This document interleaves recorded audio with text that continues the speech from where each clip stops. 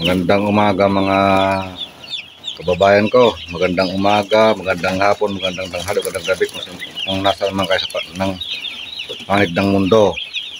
Ito yung aming sisiw ng aking amo, day 1. Sa broodingan, yan. Simpleng broodingan lang ginawa niya. Dating piggery na hindi na niya nilagyan.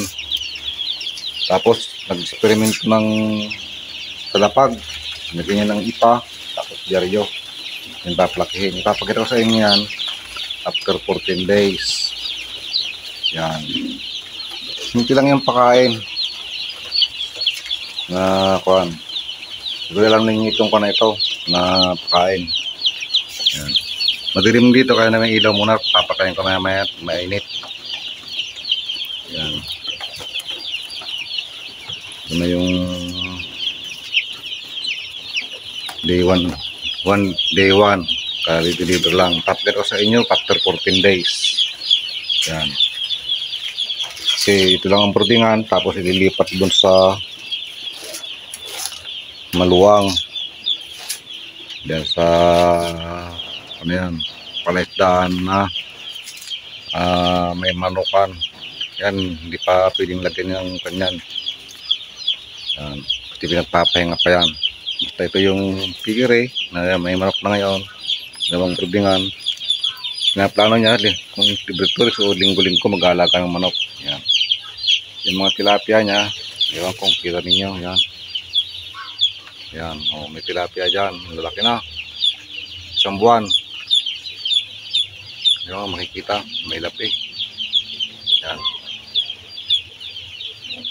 Doon, 3,000 yan, meron din sa kabila doon. Yung mga yun, mga manok din doon. Kahapon na harvest na yun. 30 days. Nag-harvest na. Yung mga manok doon sa mga isang ko na yun. Ngayon ay gagala ko ng kaunti sa maliit na farm na ito. Yan, hindi ko pwedeng lagyan yan. May mga native dito. May gansa. Yun, naghukay yung dating isda na maliit doon. Hinuhukayan. Nalagyan niya tayo din ng isda. Para mga gansa. Kukulong dito parting ito.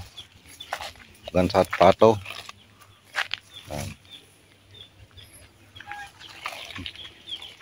Napakatahimik sa lugar nito, mag-isa ko lang. Ito na mga kababayan yung after 14 days. Yan. Ito yung after 14 days. Ilalim yan ay palaisdaan. Yan. Yan yung mga tilapia sa ilalim. Yan. Ito na yung mga sisiw after 14 days.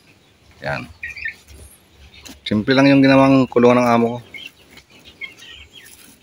Na pagkukulungan ng manok, napakasimple.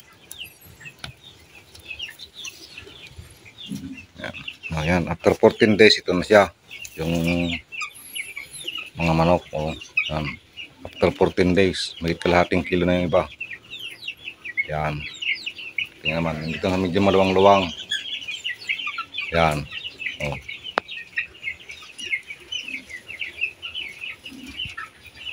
Yan. Kasi pag doon brooding lang doon. Yan, laki na.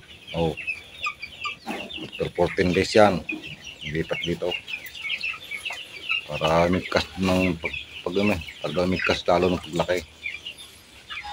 Doon yung iba.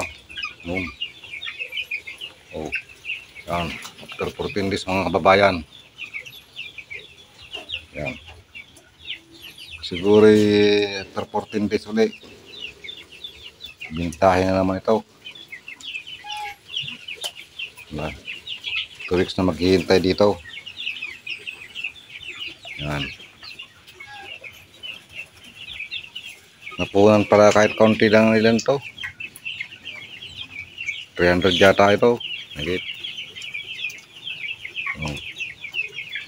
Siyempre may mga namamatay din pagsisip sa broodingan. Hindi man tayo perfecto mag-alaga. Yan. Yan. After 14 days mga kababayan. Oh. Yan. Yan. Yung pakain, hindi para pamahalan para bis lumaki. Yan, simple lang ang pakain. Mumurahin lang ng pakain. Sa sisiw yan pala nakakatalaw. Ito hindi rin kakuha na sisiw eh. Oh.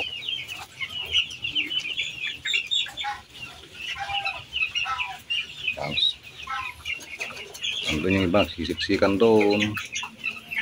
Dito yung iba, sisiksikan dito.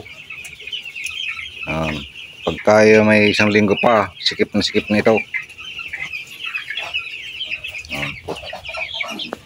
Walang timbangan, titimbahin ko sana eh. Oh, lalaki ang bulas eh.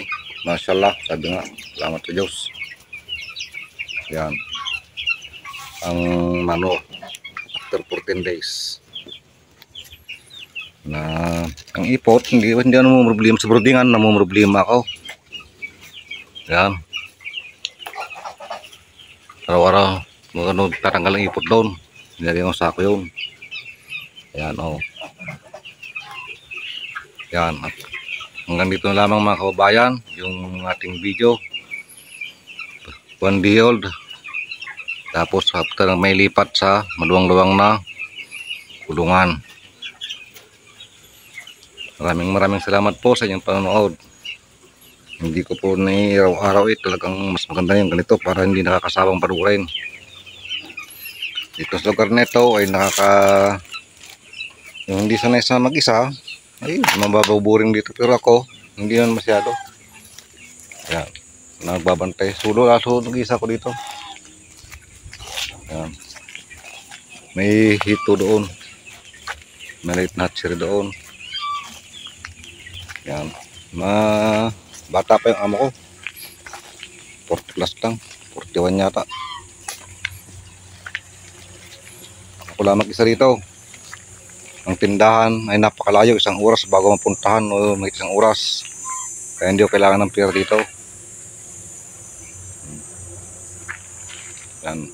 Maraming salamat po sa inyong panood mga kababayan. At hanggang dito na lamang ating maliit na video.